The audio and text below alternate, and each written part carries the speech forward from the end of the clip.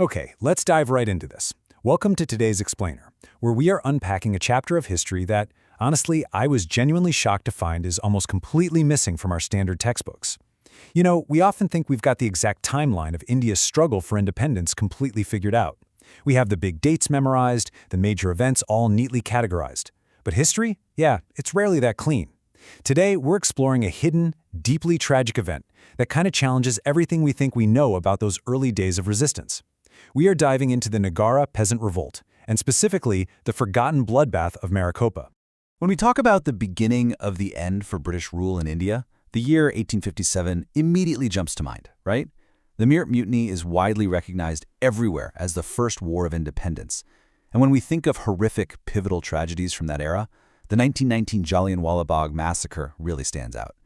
But think about the contrast for a second.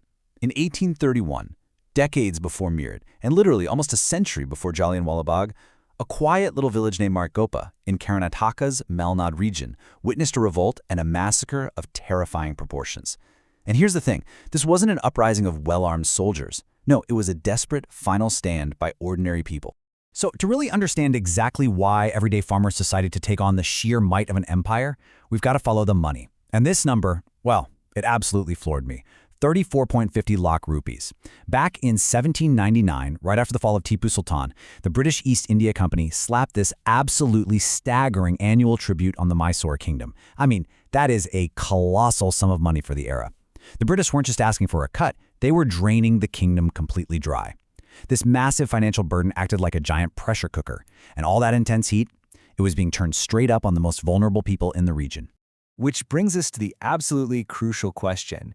How on earth did the kingdom actually pay that massive 34.50 lakh rupee debt? Well, they didn't have magical reserves lying around, so the burden fell 100% entirely on the farmers. The traditional, relatively fair schist tax system, the one introduced by Shivapppa Nayaka, was completely scrapped, just thrown out. In its place, officials like Dewan Parnaya and Fauzdar Rama Rao brought in the Sharattu system. And let me tell you, this wasn't just some standard run-of-the-mill tax increase. It was a ruthless, extractive squeeze specifically designed to wring every last drop of wealth from the Malnad farmers to keep the British happy. It pushed entire generations of peasants into total, inescapable economic ruin. So this revolt didn't happen in a vacuum, you know? It was born out of absolute, suffocating desperation. By 1830, that deep desperation finally transformed into organized defiance. These farmers didn't just riot randomly in the streets, no. They began to meticulously coordinate what we now call the Nagara Peasant Revolt, and they did this through caduceus. These were highly sophisticated secret societies formed right under the noses of the authorities, and they'd often meet in the sanctity of local temples.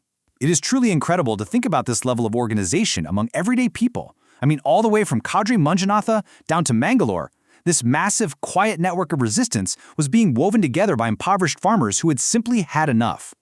And honestly, the ingenuity of their movement is just fascinating. Think about how wild this is.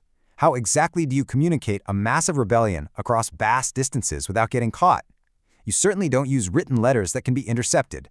Instead, a young leader named Boodi Basappa Nayaka, who actually claimed lineage to the Keladi royal family, helped orchestrate a brilliant grassroots intelligence network. They used everyday items. We're talking neem leaves and bones. They used them as a secret code to identify fellow revolutionaries and signal when to take action. The local temples provided the perfect cover for these gathering locations. It was literally an elaborate spy network built entirely from the earth up. All of this intricate, careful planning finally came to a head on one fateful night, March 12, 1831. The location? The Haladamma Devi Temple in Marikoppa. At midnight, hundreds of farmer families, men, women, and children, gathered at the temple.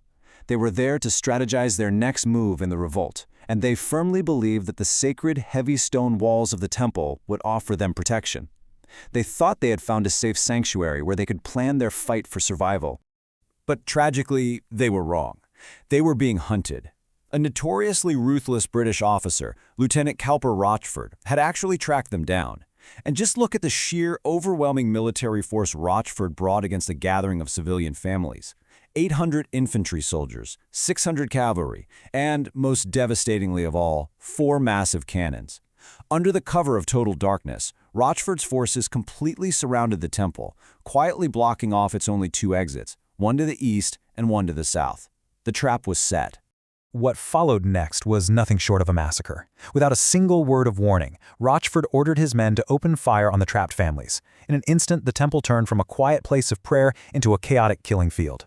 Those 4 cannons tore straight through the heavy stone walls, sending lethal shrapnel flying everywhere. The gunfire was completely relentless, totally drowning out the screams of the families trapped inside. It was a scene of unimaginable horror.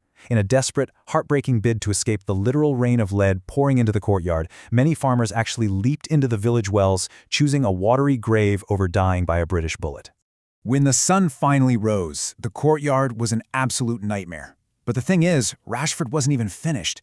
He wanted to ensure that the spirit of rebellion in Malnad was broken forever. So, over the next 2 days, March 15th and 16th, he ordered his soldiers to violently sweep through all the surrounding villages. They arrested every young man they could find. And then, in a calculated act of pure psychological terror, he ordered approximately 180 people to be hanged from the massive tamarind trees right near the Marikoppa junction. Their bodies were just left to dangle there, serving as a gruesome warning to anyone who might ever dare to resist those crushing taxes again. Now, what's really interesting about comparing these official records with local accounts is that a very dark, bureaucratic cover-up immediately emerges. The official British logs coldly acknowledge only 42 deaths within the temple, completely ignoring the subsequent mass hangings and the true horrifying scale of the slaughter. But local accounts, and the grim reality of 180 bodies hanging in the tamarind trees, tell us the death toll was well into the hundreds. This was a very deliberate tactic of minimizing casualties. It's a chilling playbook that the British would notoriously repeat exactly 88 years later at Jallianwala Bagh. And when you follow the rapid timeline of this tragedy, it reveals a massive political shift. We have the temple attack on March 12th, followed immediately by the hangings. But fast forward just a few months to October 19th. The British Governor-General at the time, Lord William Bentinck, used the Nagara Peasant Revolt, the very unrest his own empire's taxation had caused, mind you, as a convenient excuse. He officially claimed the local leadership had failed, and he actually stripped Maharaja Krishnarajawadi III of his power, placing Mysore directly under the rule of British commissioners. So the farmers bled, and the empire just expanded its control. Now, you might be thinking this is all just a story locked away in ancient, dusty documents. But it's not. The physical evidence of this midnight bombardment is still there today. If you visit the Haladamma Devi Temple right now, you can literally touch the scars of that night. You can see the stone carvings of elephants near the southern entrance that remained completely shattered by Rochfort's cannonballs. You can see sculptures on the outer walls that are still visibly misaligned from the hurried, desperate repairs made by the traumatized survivors right after the massacre. The building itself still remembers. And that brings us to the end of our explainer today. Despite the massive scale of their sacrifice, the heroes of Marikoppa, leaders like Boodi Basappa Nayaka, remain largely uncelebrated. There are no grand national memorials for the hundreds of ordinary people who died defending their livelihoods right there in the soil of Malnad. It really forces us to ask a difficult, profound question. As we celebrate the famous milestones of our history, how many other paths to freedom were secretly paved with the blood of forgotten farmers way before the world was ever watching? Thank you so much for joining me, and I hope this gives you a completely new perspective on the true cost of independence.